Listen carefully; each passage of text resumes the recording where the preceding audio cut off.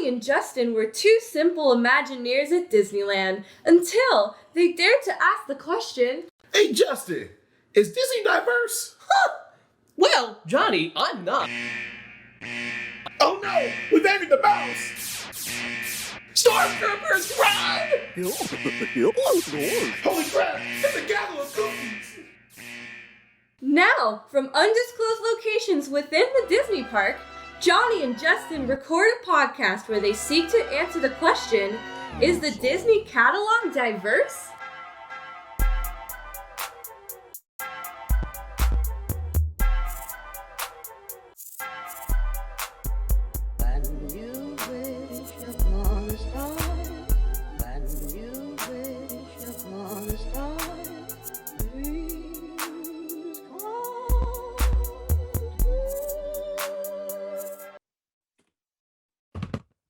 What's up, everybody? Welcome back to an episode of Disney+Diversity. I'm Johnny. I'm Justin. And on today's episode, we've got a very special What's that? What? Oh, DJ Justin in the building. That's a terrible review today with the headphones on. We are reviewing on the ones and twos the Disney Channel original film Spin. Spin. So it's kind of crazy, y'all. So we're reviewing the Disney Channel original movie that came out in 2021. Yeah. So fairly recent, which is kind of exciting to see because for a long time, Disney Channel wasn't making that many original movies. So it feels good to see them back up doing some dope projects like this. Yeah, I want to be clear. There is a difference between a Disney Plus original film and a Disney Channel movie. What we've been reviewing in the last couple of shows, these are Disney Channel movies. These are films aimed for children, more or less, family movies, pretty much. That's the goal. That's the intent. Disney Plus movies are aiming to be a little bit bigger. People to subscribe. Make people that's it. No, that's the answer. They want people to subscribe with the Disney Plus movies. It's a big difference, you know. Exactly. Because the cool thing about it was, though, during that 90s revolution, the 2000s, we got a lot of dope Disney Channel original films that stick around to this day. Johnny Tsunami, Xenon, Girl from the Future. Like, there's a lot of classic films. But as Justin said, the Disney Channel original films, Disney Plus original films, again, they're just pretty much like, I mean, not to throw too much shade, but throwing some shade. They're pretty much cash grabs. Like, let's take this celebrity, pair them with this celebrity, add this premise, and I just hope people show up to watch it and The Mandalorian at the same time. Yeah. And like that was what Noel pretty much was. And so as we get to we're excited to review this today because this came out in 2021, and Spin is actually again a return to the form for Disney Channel original movies. So I was excited to see, like, after all these years away, what were they bringing to the table? So I mean, we can kind of jump into it. So Justin, like, when you first heard about Spin, what'd you think? I honestly heard about it. I didn't hear about it. This is what's interesting to me. When the movie came out last year, and there was like no discussion about this movie. No one was talking about it, which I get. I'm a little bit out of the age demographic, so if kids were talking about it, they, they're not in my algorithm. Thank goodness, because they're children. But no one seemed to be talking about it in the AAPI community. No one seemed to really make any mention of it. Probably not even us during last year's Asia Pacific Islander month. Yeah, 100%. By the way, which is this review is for? Yes, we are definitely that's definitely a big motivation to finally to watching this one. We are doing Asian American Pacific Islander Heritage Month. Boom. Exactly. It's gonna be May. May. But it is. But it was interesting because we did, if you watched our epic May AAPI month last year, we brought up a bunch of some new ones, old ones, but this movie, which didn't come out till August, wasn't really on our radar. And honestly, I didn't really know much about it until producer Stacy, I believe, brought it up. Johnny, how about you? Kind of the same, to be honest with you. Like, I remember kind of seeing it like in the background, but to be honest with you, I was a little bit turned off from it just because, like, one, I was like, oh, this seems cool. But a lot of times, just being totally transparent and honest, when a Disney Channel or like any, like, teen property tries to do like like to do a hip hop or type movie or whatever, Mm. I'm like, yeah, y'all gonna fuck this up. Just being totally honest, I'm just like, yeah, y'all gonna fuck this up. You're gonna make me upset and angry. And so I kind of wanted to avoid it just because of the fact that I was like, oh man, I feel like you're not gonna do like DJ and credit the way you should and whatnot. But thing about it is was that like when it came time to review for this month though, it was important for us to review because even though like I really was trying to avoid it as I got to do the research into it, it actually did a lot of dope shit. Because the thing about this was that this was the first Disney Channel film to star an Indian, somewhat of Indian descent, which is like Mm-hmm. freaking dope. Also, really freaking sad. Like I was telling somebody earlier, like people don't realize that a lot of shows that we get here in America, they make overseas versions of the exact same show. So lazy, but so lucrative though. Like Sweet Life of Zach and Cody legit has an Indian version that you can check out on YouTube and everything like that. Two Indian boys, twins, living in a hotel, getting hijinks, yada yada yada yada. Same exact thing. But the thing about it is that again, they just like replaced those actors, Zach and Cole Sprouse, with Indian actors. And so the thing about it is though, if you think about it, Disney employs a lot of different minorities all across the globe. So all these different actors, they can simply tag like, hey, you want to come to America, come star in a film? And so it's just kind of sad that it took this long for this to happen. Yeah. No, and like we literally were, if you like, we literally did like when we not that darn cat. It was the week before that. Eddie's $1 Million Cook-Off, right? Mm-hmm. Like that's a movie that was made with once again like a white kid as the lead with a white family, etc., and like one diverse African American best friend. You know, they got the minimum down. you know, but yeah, no, we are currently. You know, here's the thing: as we kind of enter the discussion of finally like representing different communities in these movies and finally realizing that their stories need to be told too, and finally giving those people those people of that descent, the filmmakers and the actors, a chance to tell their stories. um hey, look, it's a rock push, it's a little ant pushing a boulder. Took 20 years or so, but you know what, that little ant got there. So Yeah, yeah, yeah. the very Progress is a minimum. slow process, but as long as you're getting there, that's what's important. As long as it's important. Exactly.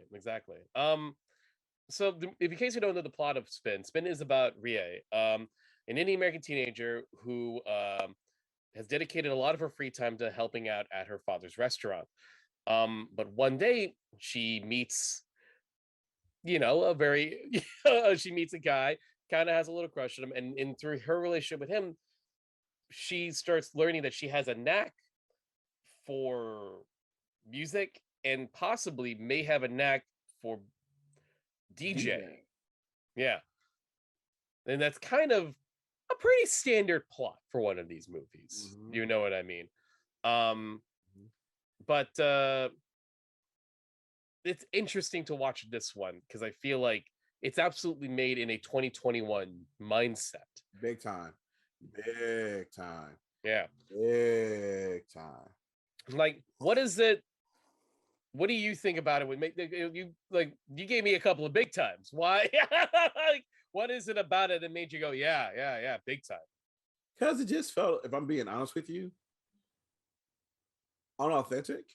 Mm, It felt like, okay, we're making this movie in 2020. mm-hmm, We need to check a lot of boxes. We need to make sure mm-hmm, we're doing a lot of things. mm-hmm. And again, this is coming as somebody who teaches high school students. Sure. So the thing about it is, though, is like I've been teaching for 16 years. So I've seen the gradual progression of high school students from way back in 2006 till now. I was a high school student myself, way long ago in the 1900s. Mm-hmm.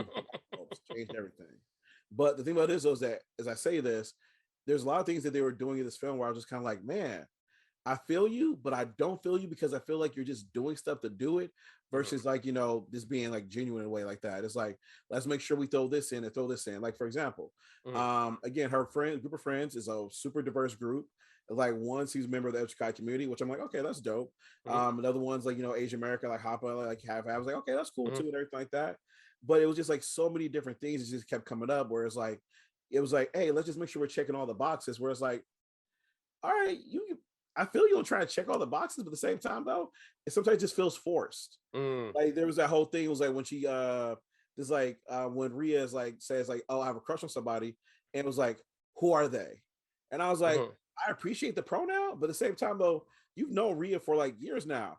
You would know if she's like into guys or girls, or like if she's like, going with like they, Mm, it just kind of seems like you're just putting that in there so you like you can appease the audience and everything like that. So that's the only thing. It was just like a lot of times just felt like kind of inauthentic at times and everything. mm, But at the mhm. same time though, I appreciate it. So I'm not going to bash that, to be totally honest with you. Okay. Because again, they're doing the work.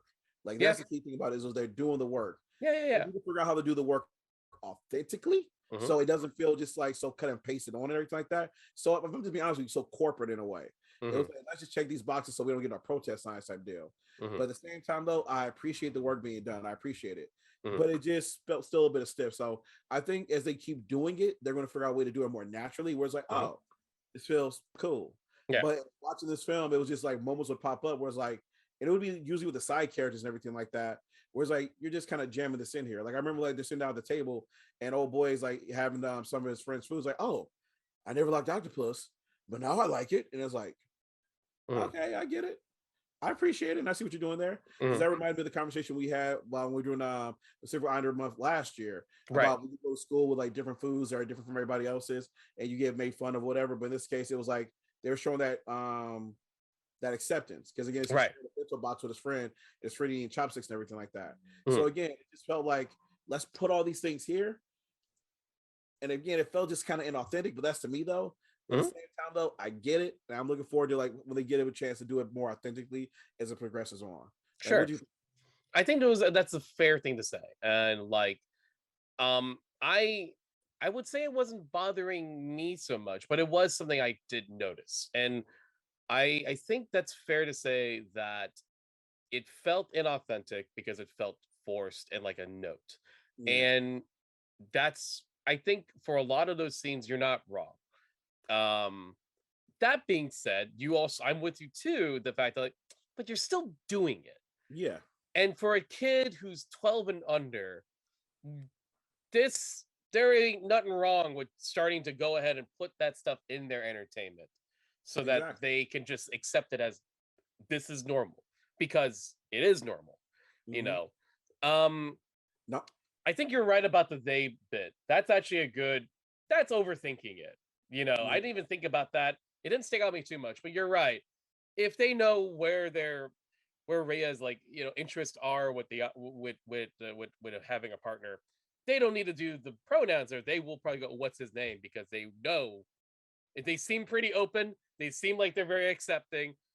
There is no reason to ask unless she is, but she's not. You know what I mean? Exactly. You would know. Because that's the thing. Because like at school, like I have students that are transgender that change their pronouns. I Hmm. have students that part of the LGBT community and different forms of fashions, whatnot. But the thing about it is though, is that they've got their group of friends. Their group of friends know who they are. They know how to address them. Yeah, They know who they're into and who they're attracted to.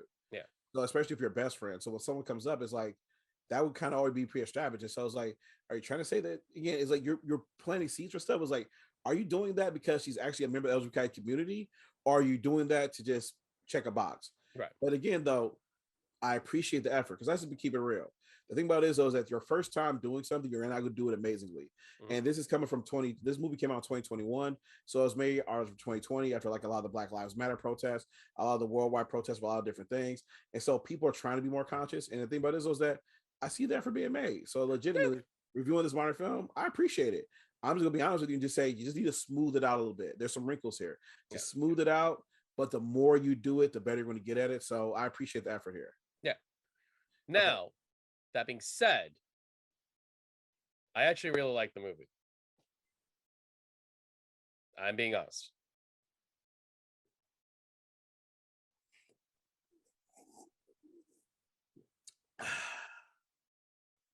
All right. Is this gonna be our first Disney Plus diversity It's probably fight? gonna be our first real divisive one. So I figure I'll let the band-aid out. I actually did like the movie. Be honest with you. Mm, I'll be honest with you. all right. I love parts of this movie, Mm-hmm. but I strongly despise other parts of this movie. All right. So, I'm willing to listen to the despise parts. okay. Um. Here's the thing. So you start off with you love because I'm pretty sure that I'm gonna love the same things. So Mhm. you go ahead and I'll explain why I come up with my despise. Um. let me point this out. It's another Asian American story. And at the moment, if I can, let me be real, and it is AAPI month. So let's also be it's I'm a little bit more sensitive to representation of Asian American stories and parental stories and breaking the molds of what I usually see in these things. Are there tropes? Yes, I think there are tropes in this movie. I love the grandma character in the film. Ashma Kumar, played by Mira Silla. I love the character, but she is a trope. Oh, really? I think she's a trope. You generally see, and I'm just talking about an Asian American story. The grandma who seems to know more than the parent is a trope. Oh, the grandparent, like Johnny Tsunami. Yeah. The grandparent who the kid has more of a connection to, or feels like they can be themselves more, or they seem to be more like accepting and open to like things.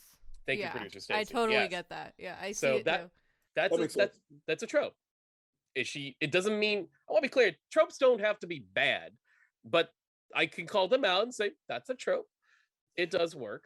I am relieved that the father character isn't as stereotypical as he could be. And I think he's understanding enough, and he's closed off enough that makes sense for the narrative of the movie. And I do think Ria's as a character, that actor, I think, and Avantika Vanapulu, I thought she did a great job being the lead of the film. And I think the movie does a nice job of pointing out the fact that there are students, there are kids who want to do one good thing, but are denying what they really like while trying to do something more for the family, which is that's not a trope. That's just truth. Yeah.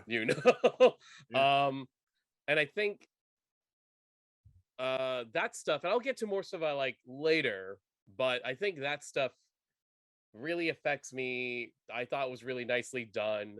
I think the Indian culture, again, that's not my culture, so I can't speak how authentic it is, but I can't say that it looks like it was treated with a decent amount of respect, and maybe a lot more care and understanding, unlike, say, Wendy Wu, where our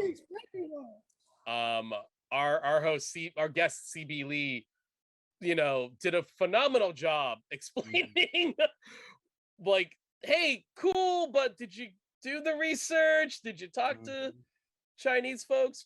Did you, I always go back to her mooncakes discussion, which is one of my favorite things from that episode, as the like, no one like, that's, yes, we have mooncakes, but no one talks about it the way these characters talk about mooncakes.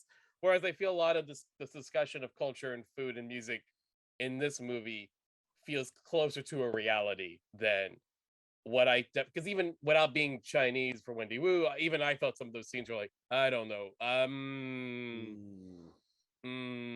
Whereas I don't see that here.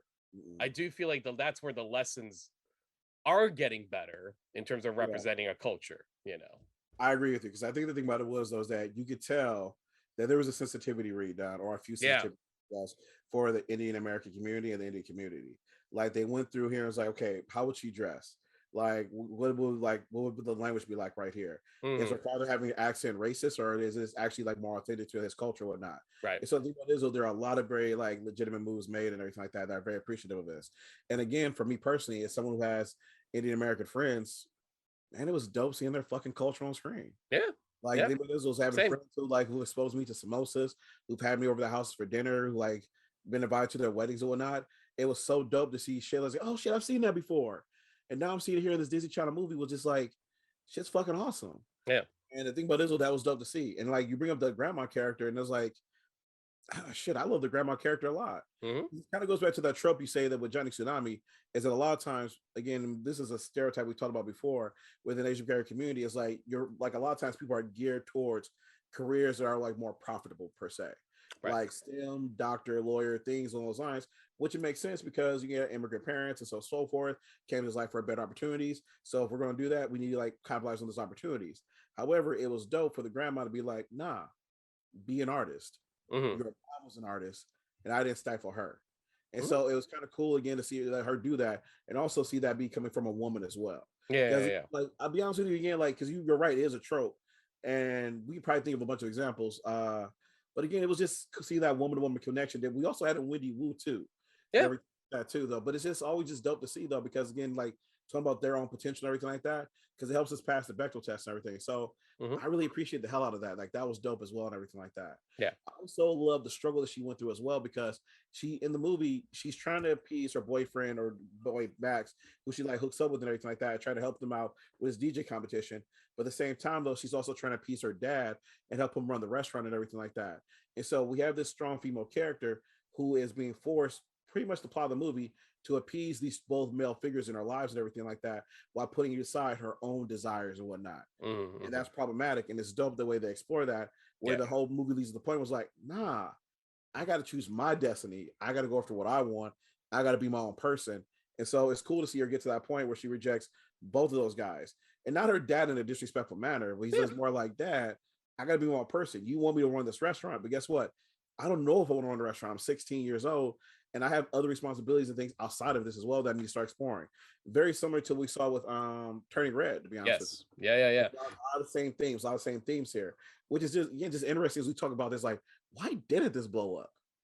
Because Turning Red is out there like hot crack and everything like that. Oh Like people yeah. love it, but like this one is like, why didn't this get like blown up? And I just I was have a thought on that, and I'll put a pause on that later, but we can get to that later. But I'm with you. I think yeah, I want to go back to the dad for a sec because I think the great thing about the dad character is that it does show that he is a person of good intention. You know, like mm, he's like, look, like if my daughter doesn't want to do this, I'm sure she would tell me. And look, that's a rational thought, right? That makes sense. And but also he's kind of given himself an out to push her, you know. But he doesn't know that. He doesn't really realize he's doing that because he does fully believe, well, clearly if Rhea doesn't want it, you know, if is not happy, she will tell me I'm her father.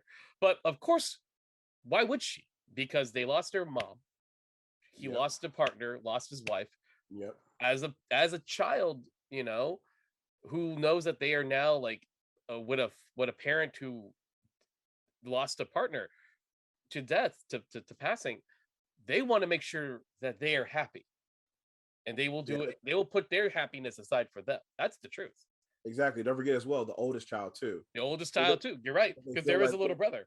so they feel like they have to step in to be more adult when that stuff happens as well, Hmm. which it goes into it as well. So they feel like they can no longer be a child. They're forced to put childish things away. Yeah, But again, that's not fair. yeah, And that's the reason why like this movie is listed over coming of age, because again, this is that age when you get to be a teenager where it's like you got to start defining who you are as a person, hmm, which the movie does. It's like she has all these talents and everything like that. But again, she's not exploring those things because she's always worried about her family, her father, right, these different things like that she has to pay these respects to. As yeah, we see it in the class or this classroom scene where she's in a STEM class, by the way, which is also dope because again, we see girls doing STEM, which yeah, is something we need to push more and more into to get more women in fields of medicine, engineering, and so forth. And so it's dope to see that coding and everything else. And she prides herself on being a coder, being more like mathematician, like she says her dad is. So in one of her classes, when she gets the opportunity to be like a fun project, her fun project is creating an inventory ad for her restaurant. mm, And our teacher's like, nah, you're making your life revolve around your dad and other people, but instead of what you really want. yeah, And so it's cool, dope to see her like explore that relationship with her father throughout the film, and eventually kind of like break that and start to be her own person. right. It's funny. I see Fulcrum in the chat points out that yeah, no, the trope is why is the mom dead? Yeah, that was the That thing is I thought. another trope. That's another Yeah, that was trope. the thing I thought too. I was like, It's why is the mom dead? people. It's so funny. Like I almost feel like everyone is afraid to write to parents in Yeah, these stories, and it's like it's we got to kill one of them, you know, and I think it's go ahead. I think it's because if the mom's alive and the mom, because they portray this mom as this figure who went after music, who did all these dope things and everything like that. But the mom's alive. If the mom's not a musician, you have to ask yourself why. Yeah. And then it's like she's trying to encourage her daughter to do these things. It's like, well, you did them and then we're trying for you. So why are you encouraging me to do it? So I guess it does convolute the story, but yeah, that's the classic Disney trope of like one parent's got to be dead all the time. Yeah. Well, yeah, I understand. Yeah, I understand that it is part of why the story exists, but you also kind of wonder, well, couldn't you have written it differently though? Like, I don't know, on any of maybe like, I don't know, a good amount of the ones where the mom's dead. Like, was there a way that they could have had it where the parents were both there, or like at it, I don't know. It's just an interesting question. It's an interesting trope. I don't want to necessarily say like, it's like stupid that they did it, or like, but like I said in the chat, like when I figured out, or when they said the mom was gone, I almost rolled my eyes because I was like, oh man, really? I don't know. I'm just gonna say that like it's just easy for the screenwriter, and I'm not saying that's a good answer. It's just an easy answer. Yeah. That's the truth. I'll even go back to like my graduating film. I had a one parent too. Like like even in my graduating film, when I wrote it with my friends Nathan and Jamal, we just decided to have one parent. And did the mom die? I don't, we didn't really address it, but we assumed that the mom died, and it's just like, yeah, I don't know what it is about that trope. I will say I'm cool I'm good with it here because of the narrative. And I mean, to be honest with you though, if we think about it too, because I like think about my own writing, I'm working on a couple scripts now, and with teen heroes and whatnot, and like, yeah, one of the parents is dead, and I had a conscious decision where I was like, no, I'm gonna make them dead, because to be real, it kind of creates more trauma for the character as well. That's true. It creates them more a little bit independence as well, because a lot of times those situations when both parents are there, they're allowed to be children, not allowed to grow up. Yeah. But when you take one of them out, they've got to be a bit more mature, a little bit more adult. So it allows you the ability to write somebody who's a little bit more adult in some ways in a teenager's body. Yeah. And plus, like also, as we talk about this, we might have to do this a whole like Disney+Diversity special, like top 10 characters with no parents. But legit though, like some of our favorite characters do not have parents. Let's run down the list: Spider-Man, Batman, Superman, every Robin. The list goes. It's just like legitimately, like we have a bunch of characters running around who just like legit have either one or both parents missing, and so that's the thing about it, because it creates like a lot more drama a lot of times. So yeah. Walker's point, when I heard it, I was like, yeah, but at the same time though, it's just kind of like formula. I think we're just recognizing it more, but it'll be interesting to see what writers do with that in the future. But I get why they do it. Yeah, you're gonna have to start just challenge yourself to figure out like more different ways to approach the situation, everything like that. Yeah, I think you nailed that in the head. It's like it's just easy drama that you, like you said, can create a good trauma for one of the characters. In this case, it's trauma for the father. He has a hard time dealing with it. Rhea's and trauma for the grandmother, because trauma for it's her daughter. Rhea is still traumatized, but she's wants to step up. Exactly. She wants to be there for them. Exactly. In a way, this film is all about them dealing with their shared trauma and their grief of like the mom in a way. Yeah. And I learned to accept that she's not there. Like the dad needs to accept that she's not there, and Rhea can't fill that role. Yeah. And then allow her to grow up, be her own person. Rhea needs to accept that she doesn't need to be her mom, and she needs to like be her own person as well and grow up and everything like that. And then for the grandmother, it just gives her closure through Rhea, like using her music and whatnot. It gives her great memories of her daughter brought back to her again. It reminds her of the person that she raised. And so, yeah, in a way, like that kind of trauma like creates a bond between people, and it creates an easy story or theme line for you to like work with a lot of times. Good question, Falcon. Good enough. Yeah. No, I do agree though. In the end, it's not saying that like it was bad in this movie, or that it's really ever bad. But I agree where it's kind of a thing. I think it's just that we notice it more now. I think it's pretty much just it. Like it can't be bad at times, because like for example, like because the thing was, if you take the chance to explore it, because with all those characters we mentioned, well, Batman explores that trauma all the time. Yeah. Spider-Man explores that trauma on a regular basis, especially when you talk about Ben.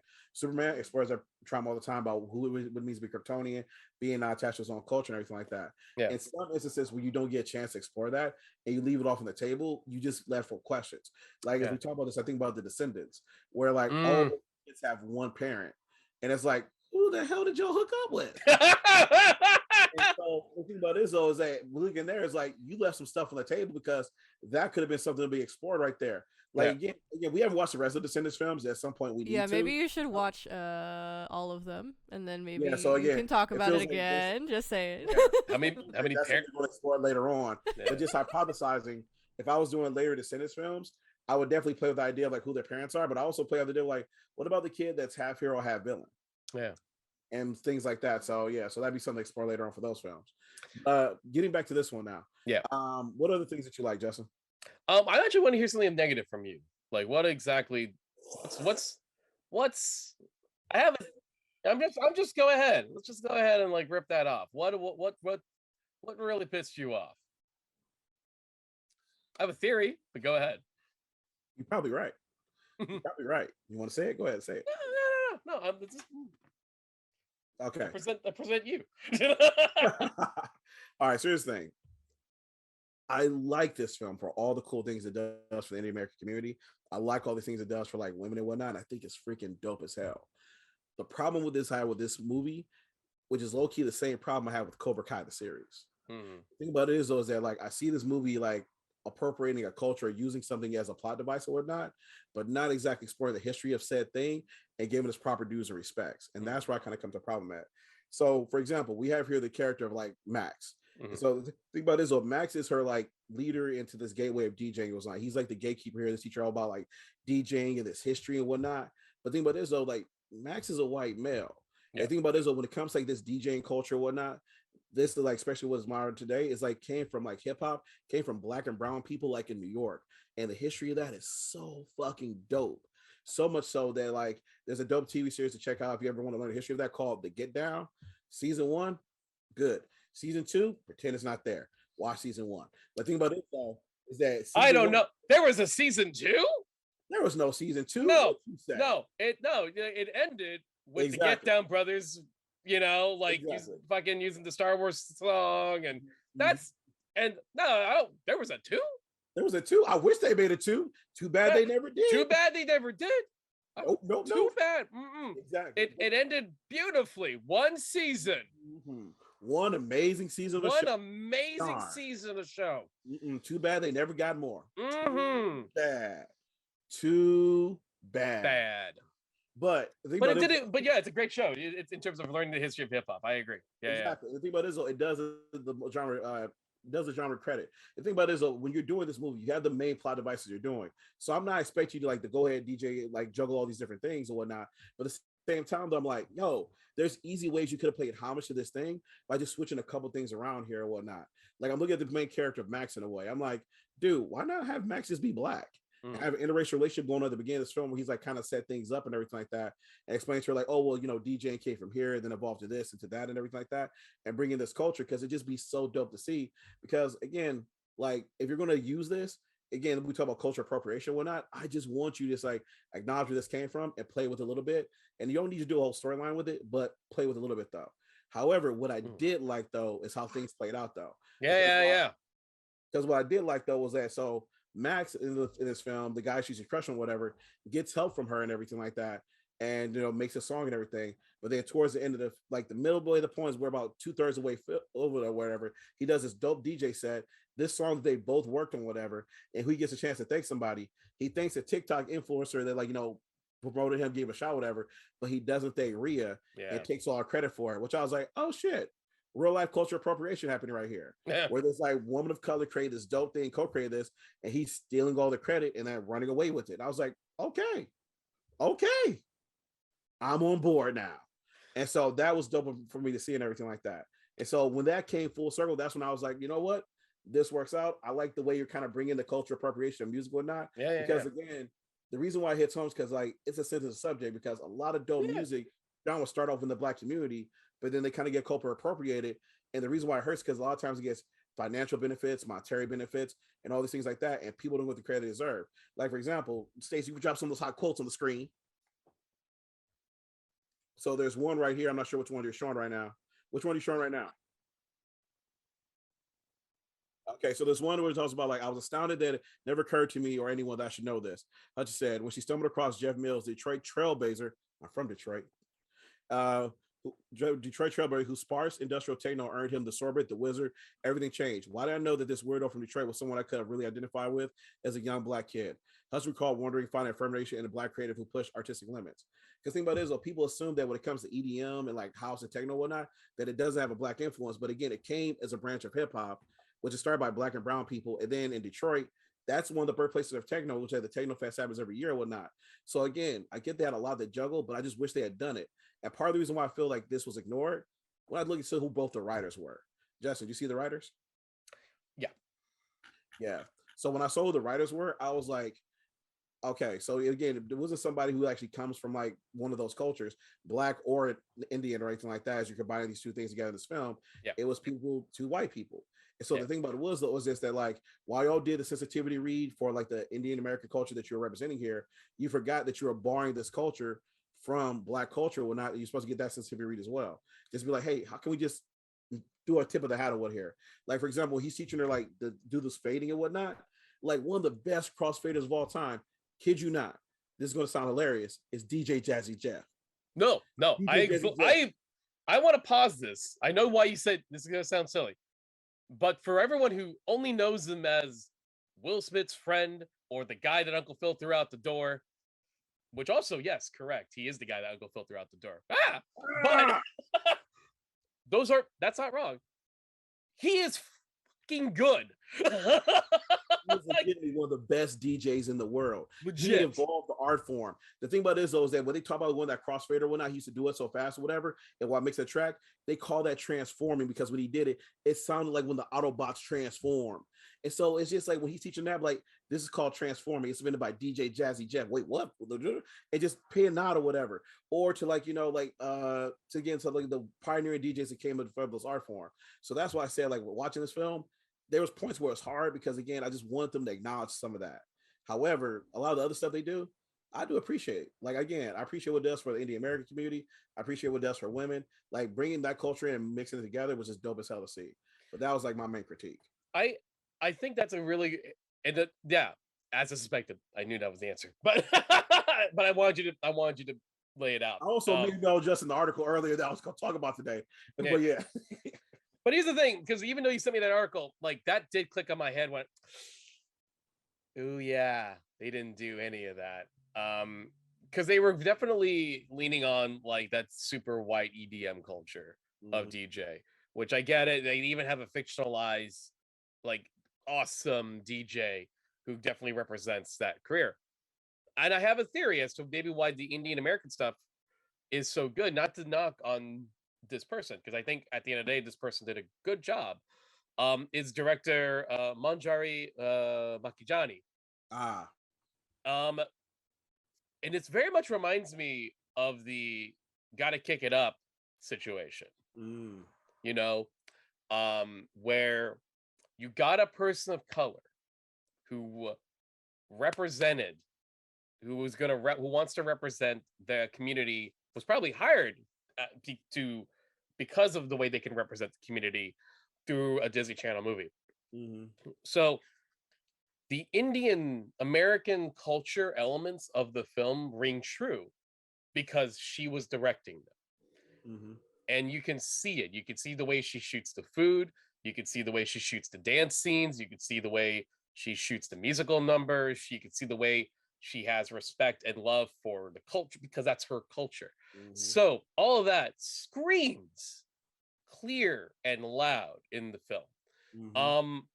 And I can see. Go ahead. Also, the parts about her being a strong female character as well. Yeah, are helped by this director as well. Because again, as a woman, she's probably had to be in this position as well. So all of her storylines and film are like her figuring out like her identity as a woman, standing up for herself, not being controlled by two men. Fucking amazing. Yeah, and that's part. I attribute that part of the director as well. My apologies. Please continue. So I think that is why those elements really shine. And I'm just taking a quick glance of her IMDb credit. She has an amazing second unit director career. She was second unit director for Christopher Nolan, for Brad Bird. She was second unit director on Wonder Woman. She has been working her way up. Wonder Woman. The first one. Oh, good. Yeah. But she's been she's been working her way up as an assistant director, second unit director. It, boom, boom, boom, doing all this amazing work for some big filmmakers and build, like proving herself, right?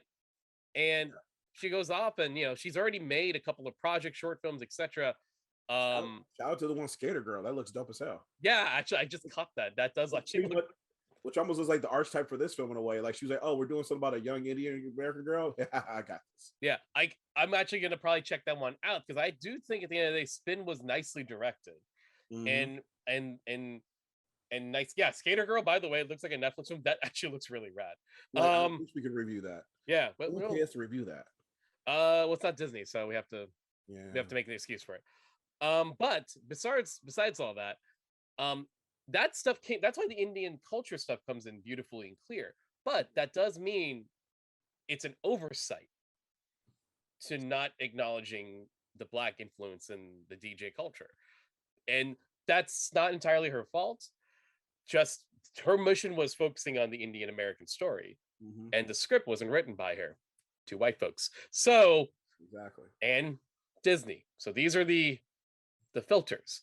Exactly. But I can see that's probably why that was missed. It's an unfortunate thing to not have her realize, oh, I should focus on that. And see what I think where we drop this ball at is when Disney doesn't like put the money up when they do these things to just go ahead and do some things I've joked about before. Where I'm like, if y'all doing an R&B type deal, whatever, just pay the money for Babyface. Give Babyface $5 million, it'll make this track. Like with this thing right here, I'm like, can y'all just play for Just Blaze? Can y'all just play for Just Blaze? Let that man come and do what he does? But in all seriousness though, I'm like, yo, you're making a DJ movie. Call out one of the greatest DJs of all time. Hit up DJ Clue. What's the name? So I sent you a picture of 2 States. The Grandmaster? Grandmaster Flash is like who's still alive. Again, one of the premier DJs who was like, I think he was actually featured in the Get Down as a fictional character there because they realized how important he was. Like part of these, as you look at the background of it, is the Get Down was actually done by like somebody who was Australian and like a few white people and whatnot. But when you look at the people that brought in as executive producers and help influence this project, they went to Grandmaster Flash. They brought in Nas as one of their executive producers because they would realize they need to keep this true to what hip hop was. So it's just like, dude, if you're going to make this movie Disney, pay us our respects. Know where DJing come from. It's like, hey, can we just hire a couple of DJs to come in here and give their influence and take a look at these scenes? Be like, yo, how does this look? How can we make this more authentic? And maybe even punch up some of the tracks and everything like that too. So that way, again, we get some bangers come out of this bad boy. Because in all honesty, again, I like a lot of the work this movie's doing. I love the themes. I love the representation of it. But those are the things where we start getting to that point now when you start doing the work that we have to start talking about the advanced level of this work. And that's what we call about intersectionality. Yeah. The thing about it is that when it comes down to stuff, it's like nobody is just one thing. I'm not just a Black male. I'm a heterosexual, cisgender, like Black male and so forth, everything that multiple identities. But the thing about it is that like in cultures when you're making these films and whatnot, you're mixing together people's cultures. So you need to consider everybody's stuff there and the intersectionality, what's going on there, and consider everyone's story who's you're telling there and touching upon. I'm not asking you to give it its whole plot line or like do a whole documentary series on it, but just be conscious of it and put forth that little bit extra effort so you make something that's authentic and pay respect to what came beforehand. Like even if you decide to keep Max a white kid, I will side note and say making him British I thought was a really good call because that means him and his mom will have, because just the Indian population in the UK is huge, so that means that they have a familiarity with Indian culture, which I thought was a nice little touch. But even if you decide to make Max white, he could still be such a fan that he should know the history of that because he can still be a bastard. Like he did it, like he was in the film, And that was kind of thing too, though. Like when you look at the DJ poster that's in this room, it's of like this, like I was looking for it, was like this like white DJ. I'm like, fam, DJ Jazzy Jeff, Grandmaster Flash, even DJ Khaled.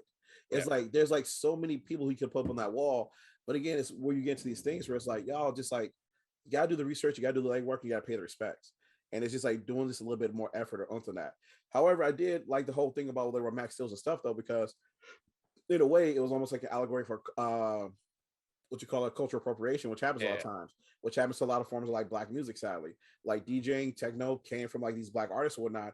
But now if you look today, like who represents that, it's a lot of like white DJs, and now they've become these gatekeepers who keep out minorities, which is really fucked up. And you see the same thing happening in rock and roll. Rock and roll came from jazz and blues, the gospel, church, and all these different things like that. But then what happened? We had it came to this point where it's a culture appropriated, and then we're kind of left on the outside of like that genre music that we worked on there too.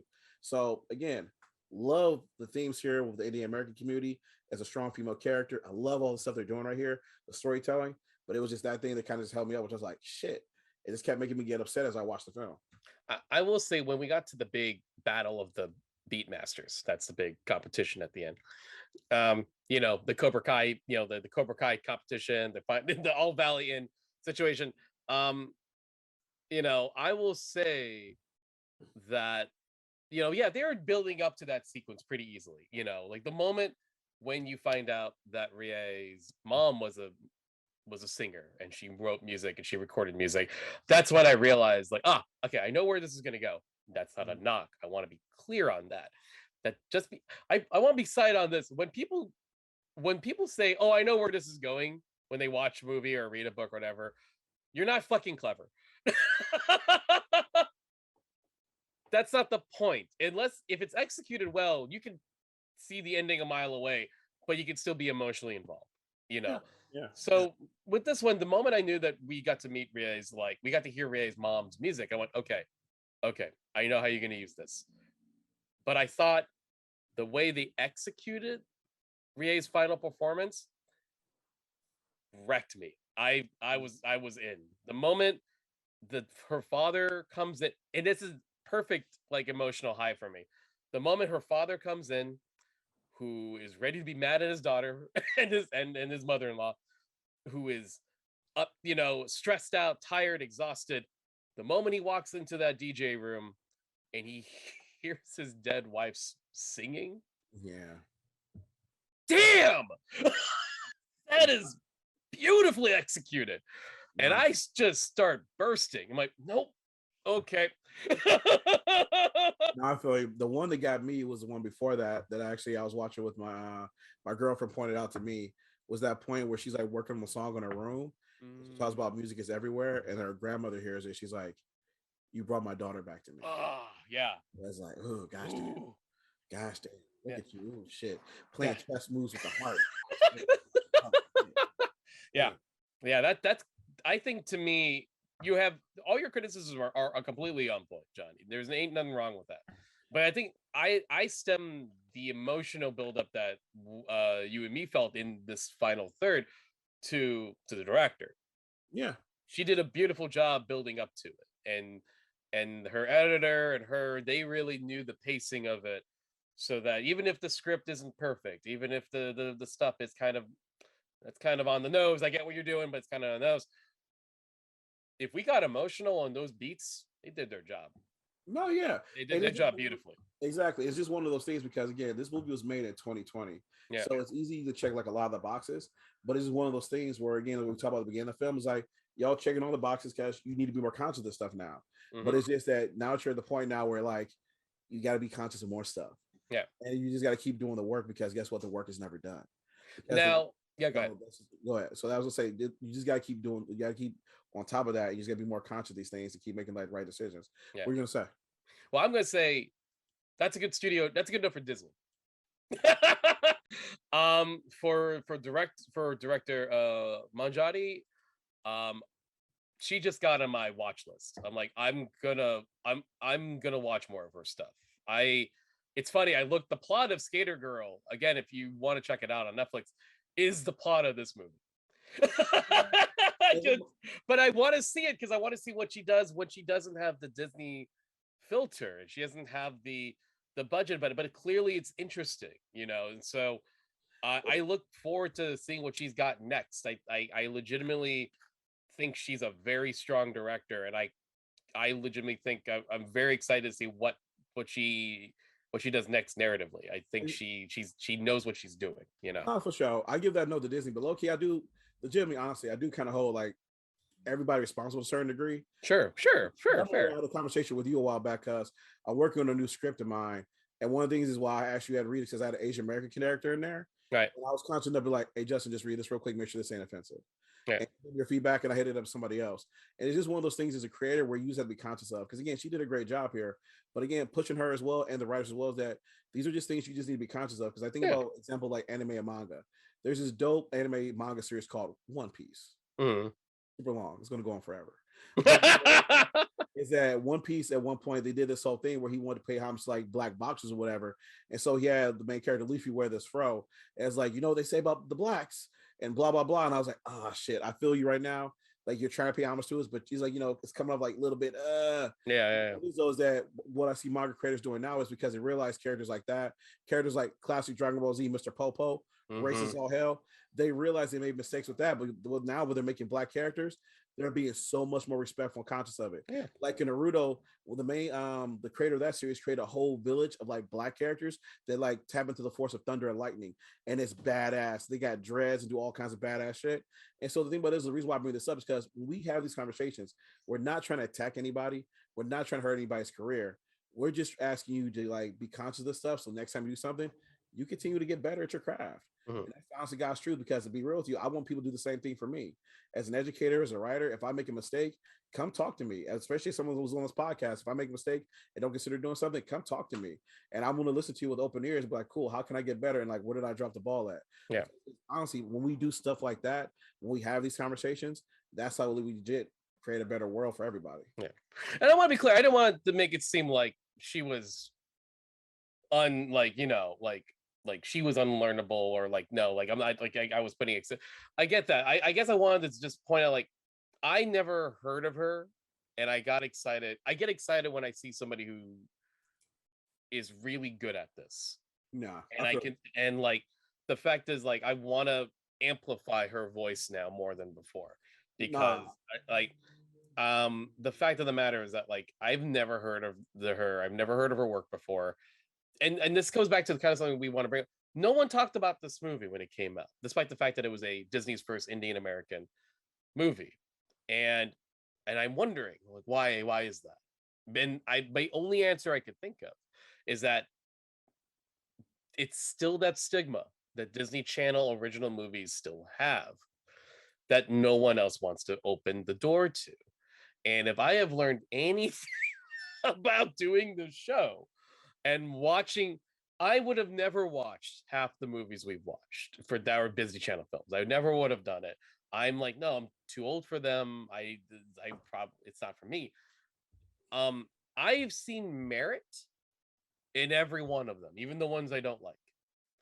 And I see what they do in terms of like what they're trying to do, and also where they fail, but I see the good intentions. And that's something I've learned from watching all these movies for the show with you and, you know, with producer Stacy. And this one I saw there and went, this is the newest one. This is the most newest one we've seen. And it tries so hard, maybe too hard, not organically right, to do some things correct. And yet it kind of went to the wayside because no one talks about Disney Channel movies, because it's a Disney Channel movie. That's for kids. Where, you know. I've got a question. If this wasn't a Disney Channel movie, if this was a Disney Plus original, do you think the reception would have been different? I think they would have pushed it harder. I agree. Because again, like you said, Disney Plus movies are built to get subscribers. Yep. And if this was a Disney Plus movie, you would have had probably a couple of known bigger names for the parents, for the father and the grandma. You would have probably had one of those. You probably would have had a DJ you mentioned. To be fair, you also will use one of your Disney Channel stars, because there's a boy of Indian American descent who's on. I think it's what's the name of that show? Jesse in the City. She's one of the like the kids he takes care of. Okay. Usually when they do stuff like this, they have one of those kids pop up as a side character, whatever. It's like, yo, just cross promotion or whatever. Yeah. But again, it's like, no, I agree. I think they would have like put like more backing behind this. And yeah, so no, I agree. I think it's that stigma of being a Disney Channel like original movie. It's like we just kind of made this to make this type deal. And it's like, yeah, but damn, more people need to watch this because some of these they're doing the damn work. And I think damn work. And that's the interesting thing, right? Like you said, like we just need to make this for kid content for kids. But like when the ones that really get yours attention and my attention, those are the ones where they went, we're not treating this as a quick job. We're gonna try our best. Yeah. Because I think the thing about it too, though, is when you think about the director, you just said it yourself. She was a second director on a lot of different projects. So this was her chance to do something in America that's going to be one of the main things done. So she brought her A game, and it's so fucking apparent from shot selection to the way that things represented to like the costume design to everything. It was just like, nah, you had the opportunity, you did the damn thing. Yeah. So that's kind of interesting thing about it. So hopefully, fingers crossed, this leads to more opportunities. But at the same time, though, I don't know. We got to like hopefully with our next episode, we can talk about like how Disney Channel movies like rate as far as like how did they get their money back exactly? Like with a theater release, we can say, okay, you made your money back, so we know it's a financial success. But for these Disney Channel original films, like what is considered a success here? And like we know some that are obvious because they get a part 2. So like Halloween Town, we know that's a franchise. Oh yeah, we know that's a franchise. Yeah. Even Johnny Tsunami got a part 2 because it was just such a fan favorite. So it's like, yeah, what are y'all basing this on? Oh, High School Musical, of course. But what are y'all basing this on? Where it's like, how do you know, aside from getting sequels, like if this was a success or not, where you want to keep working with these like directors and actors and so forth? So we might do take a little bit of research, and who knows, maybe do an interview or talk to somebody. But like we probably need to figure that out so we can figure out like, was this movie considered by them a success or not? Because it does a lot of right things. Like here's the thing: beside me being critical of what they didn't do, they did a lot of right things in this movie, and these things need to continue. And the thing about it is I want to see these things continue, and I just want to add to it. But at the same time, though, I'm just wondering, was it successful enough for them to keep working with these actors and directors and people involved? And also, it wasn't successful enough for them to realize that those things that they were trying are worth keep trying, or worth to keep doing. Like I'm with you on the notes of, besides agreeing with you on like, hey, if you're doing a thing about a culture and you don't acknowledge the full history proper and pay respect to the proper culture, do that. Yes, of course. But then also, like you said, like these characters, her friend characters, which feel like a checklist of, look at how a very modern 21st century these kids are. If you don't find a way to do that organically and realistically, you can still have that. Real talk, but you have to find a way to do it where it doesn't come off as like, see, we did it. Who did a really good job of this, really organically? Producer Stacy's gonna freak out when I say this. Degrassi did a damn good job of this movie. Like legit, Degrassi, they had dressed a lot of this shit before anybody else did. Sure, yeah, no, a great organic job of it, where it never felt forced or anything. It was like, oh, cool, this is a nice diverse cast, different sexualities, different this, different that, blah blah. This is Degrassi. This is how all of Canada is. I feel like that's like, I'm not a Degrassi person, but I've kept hearing that over and over again. And you know what? That's the thing why I realized like that's a show that you should just keep making. Period. You should just keep making Degrassi because you can. Here's the thing: you should keep making Degrassi, whatever it takes. You should just whatever it takes. You should keep making Degrassi. I was sorry, but we, on top of having possibly a episode or two special of maybe covering some things on Art Disney, I think we also need an episode covering Degrassi. Because it really is like, no, for real, it's so good at covering all this stuff, and they've been doing it. They were doing it better than Disney long before Disney even tried to do it. If that makes any sense. Yeah, no, 100%. Not to go 100%. Down the Degrassi rabbit hole like I do all the time. I'm just saying. No, 100%. To be real, as we plan out the future of this like show and whatnot, like one, we need to figure out something on our Patreon where it's like, if you give us $5, we'll review whatever you want, or we'll give you a list, keep going on it, and we'll review that, because like that way we can start knocking out some of these other things like Degrassi. And for the love of God, I want to review some Nickelodeon. Like I want to review P&P. I would love to review P&P, and Clarissa Explains It All. I have some. Oh yeah. Hey dude would be fucking awesome. If you can, yeah, no, I agree. But that's for the future pluses of our diversity future. Exactly.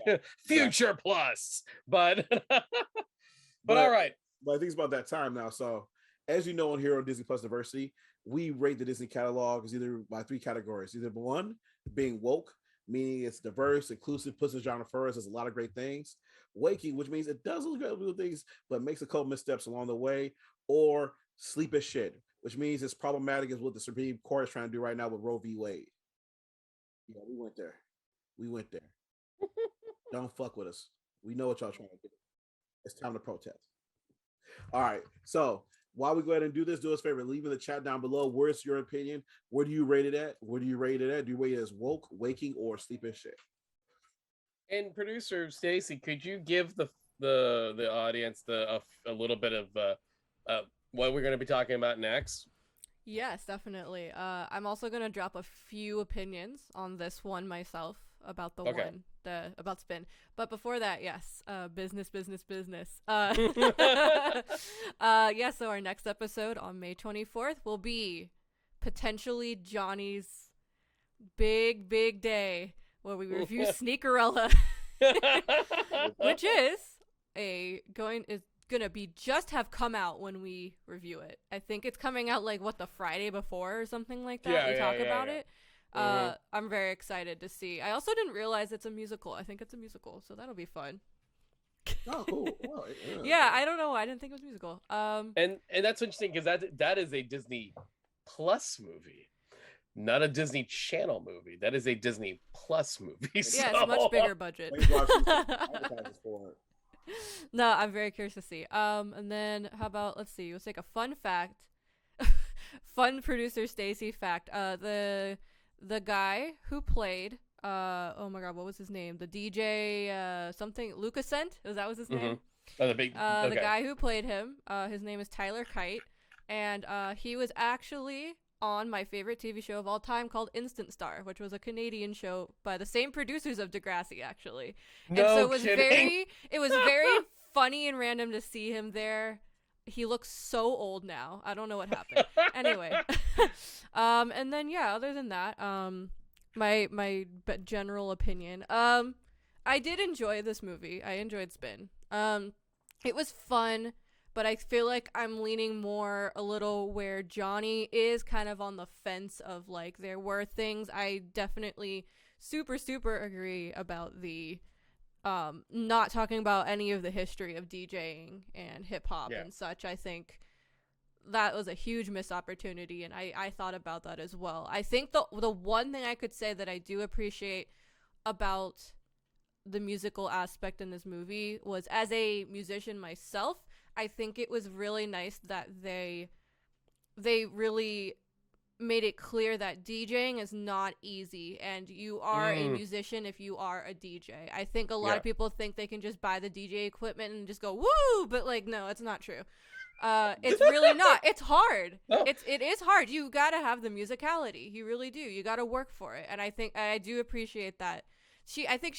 Rhea straight up says it at some point. I think when she was talking to her dad at some point at the restaurant, he was just like, he was kind of putting her down on it a little bit, saying like, you know, well, I don't know, I don't understand, or maybe it was, I don't remember who she was talking to, but then she was like, no, like it's actually really hard. You gotta, it's a skill, and you gotta know how to do this, and you gotta understand music, and blah blah blah. And I think that was really important. Other than that, yeah, it was a fun movie, but I think there was some really, really good stuff, some really bad stuff. I think for me, I don't know if I'm just spoiled because I haven't watched a lot of DComs recently. And I've been watching more Disney Plus and like actual like theatrical stuff, but like it felt like it was very fast. I felt the pacing was very quick, and there was the point where like they were already like in montage mode, like Rhea and Max were like skipping down the street, and I'm like, I'm sorry, how long has it been? I feel like this is like supposed to be like the 45-minute point in the movie, and like we're already like here. Like I was like, I don't know, it was interesting. I think the ending though was great. I agreed with the ending was very well done and emotional.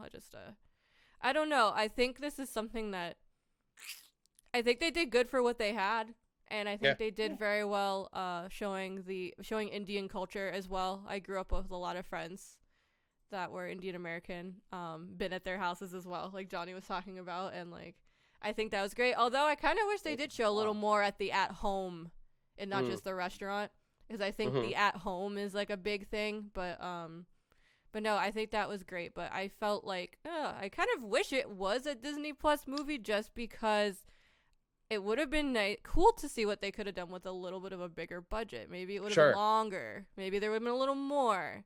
Yeah. I don't know. More research even. I don't know. All right, Yeah. there you Yeah, I go. wouldn't mind Sorry, if that was a long rant, but No, it's great. It's there great. you go. To be honest with you, I wouldn't mind if this thing was a show, to be real with you.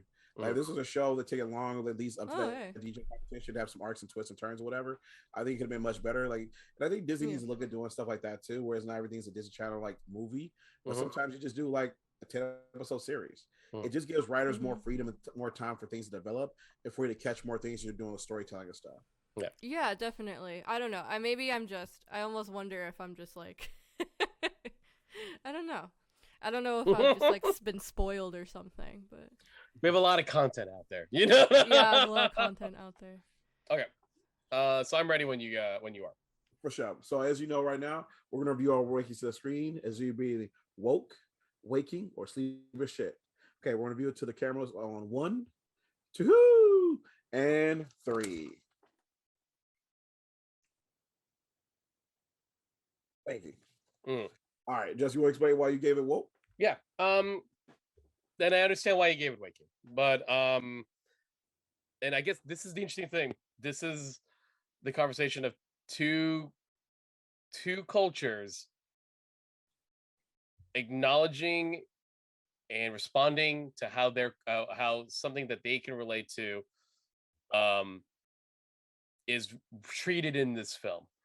And I know I gotta explain why I picked woke, but I 100% understand why you picked waking. And I want to say that mine's like a shaky woke. Does that make sense? But the representation of Indian American characters in a movie like this, period. And while I say the grandma is a trope, doesn't mean I think it's a bad trope. I think she's a good character. She's a fun character. Performance great. That's the point. It breaks what I thought is the normal trope of typical Asian style parents with the father, as he's a well-rounded, understanding, if not flawed and emotionally, emotionally not thinking in the right place on his choices. But it's not a typical, but you should be focusing on your studies and not this DJ nonsense. I love that he's trying to understand, because he doesn't know how he feels about his, he's trying to suss out his emotions. It's realistic. It's well done.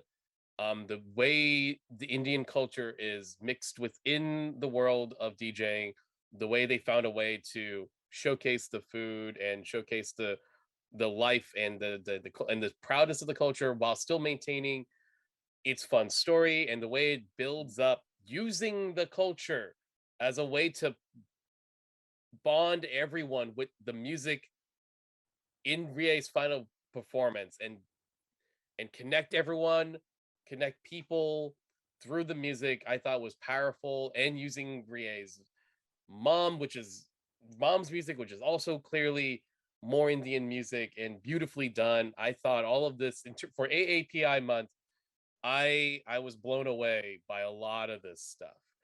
And yet I'm not an African American person who saw this movie and saw what you saw, Johnny. So give it away. So for me, everything Justin said is true. Story-wise, movie's dope. Movie does a great job. Strong female characters who are supporting each other, passing the Bechdel test, fucking amazing. Again, the bigger thing is first Indian American film. Like, dude, that's fucking dope. Also really fucking sad. Really fucking sad when you think about it. It took us to 2021 to get the first Indian American film on Disney Channel. It's like, dude, are you serious? It's so really dope that they got this, but also sad that it took so long. The representation and a lot of promotion. Oh, well, that low key is a problem as well, is that the fact that it's like you did it, but you didn't really promote it as well. Like I was telling Justin before this review, is that I was doing research for it to see what other people analysis of it. There's barely anything out there. Like even for like, when I go to like review of websites like Rotten Tomatoes, this thing has been out for a year. You think it was out for a month. There's barely any reviews for it, barely any conversation about it.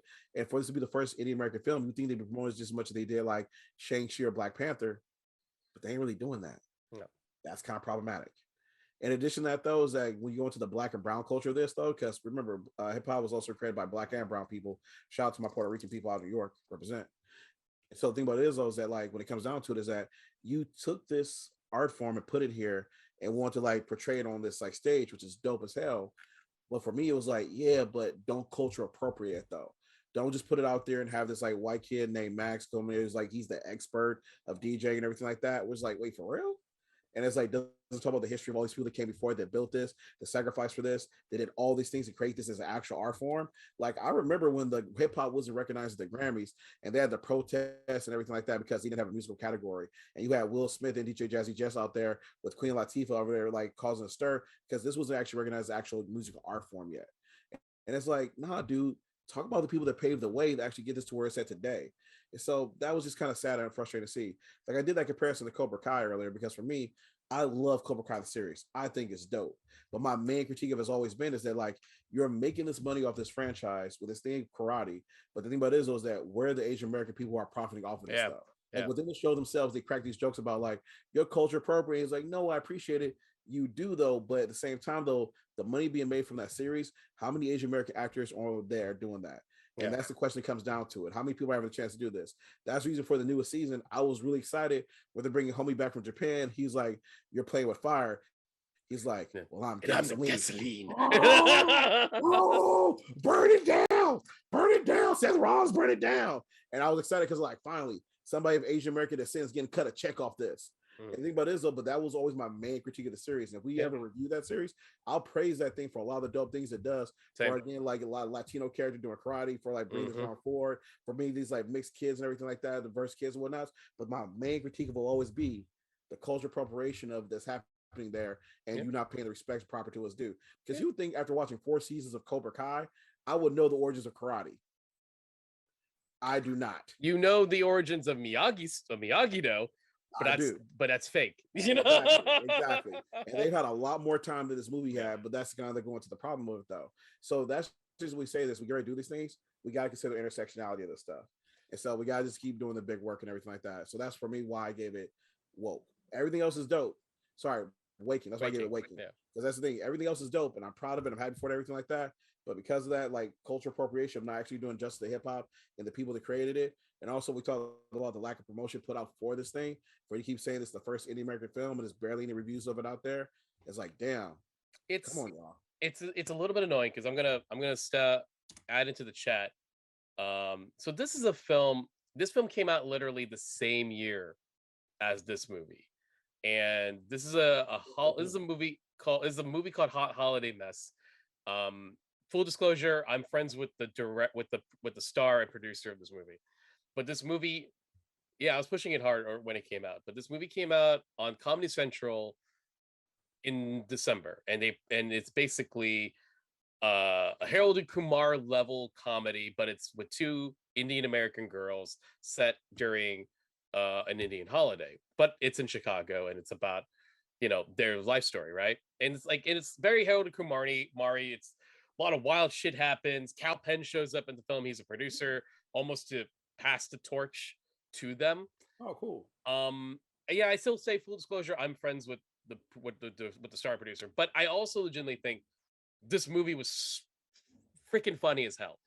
And the fact that this movie came out the same year as Spin almost makes it more annoying to me because this movie barely got a blip for promotion from Comedy Central. They had to do all the promoting themselves. All the Asian American community did their best to try to signal boost it, tell people about it, do interviews, and it was in Variety, etc. But Comedy Central didn't really do a hell of a lot to promote that movie for them. Despite the fact, they could probably pat in their back and say, but we made an Indian American funny, holiday comedy. It's like, yeah, you just didn't tell anyone about it. And also the fact that much like Spin, it's a cable show, it's a cable movie, which I'm like, no one knows in the era of streaming movies, no one knows how to watch these nowadays. Yeah. We cut the cord. Majority of folks cut the cord. So it's now kind of a little more annoying that they came out the same year to me because I realized you screwed both of them. Spin is a problems included, but Spin's overall an entertaining movie that should have gotten more kids talking. Hot Holiday Mess, I legitimately think is an insanely funny movie that got buried in Comedy Central because who's watching Comedy Central from movies, original movies, you know? Nobody knows. You know, Hot Holiday Mess, FYI, if you're curious, you can rent it on Amazon. It's available there. But I'll check it out. but it is, it didn't help. Yeah. It didn't help that they're not promoting it, you know? And it's also just kind of the thing we might have to have a bigger conversation about when we see these films is because, like, you think about Harold and Kumar, again, amazing freaking film, amazing freaking franchise. But you think about the film opportunities those gentlemen got after that, and they were far and few in between, to be honest with you. They still had to struggle, which is wild, right? Because Exactly. you would think that movie, which spawned 3 movies. Yeah. That's the only Asian American comedy franchise. That's it. That's the only one. Yeah. And you'd think those 2 would have been leads or comedy leads or TV shows on a regular basis. Nope. John Cho and Cal Penn have to either accept supporting roles, and when they did get TV shows, they were dropped. Yep. So, but man, that's problematic as hell. Yeah. That's the thing about it, though. You look at other film franchises and whatnot, like Will Ferrell and like a lot of the Frat Pack and whatnot. They do one film, and each one of them was getting starring roles in like several films and whatnot. But we get 3 hangover movies. Yeah, bitch. They only needed one, to be honest with you. They only needed one. And so, you think about the career. Yeah, rest in peace, Selfie. I'm with you on that. I love that show. So the thing about this was that, like, oh yeah, Selfie was hilarious. But that's the thing, though, is just that, like, they had to fight and claw to get these things, and then, yeah, dude. So it's like we just got to start supporting more of these, like, these actors to get these roles, more of these projects when it comes down to it. Yeah, do a better job, like you said, signal boosting, but just also showing up and watching these things and giving more of a shine to it. It does do a better job in these, like, Comedy Central and all these companies of putting it in front of our faces. Like, the thing about this was that, like, I've seen so many different advertisements for, like, Noel before we even watched it, because again, they pushed it. So you got to push these things just as hard. Yep. Agreed. And does Disney have a weird tap in controlling my vocal cords? Because they just keep. Justin, you.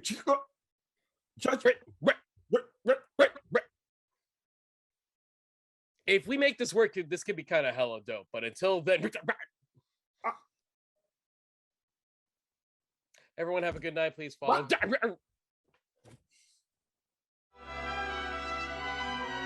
Song.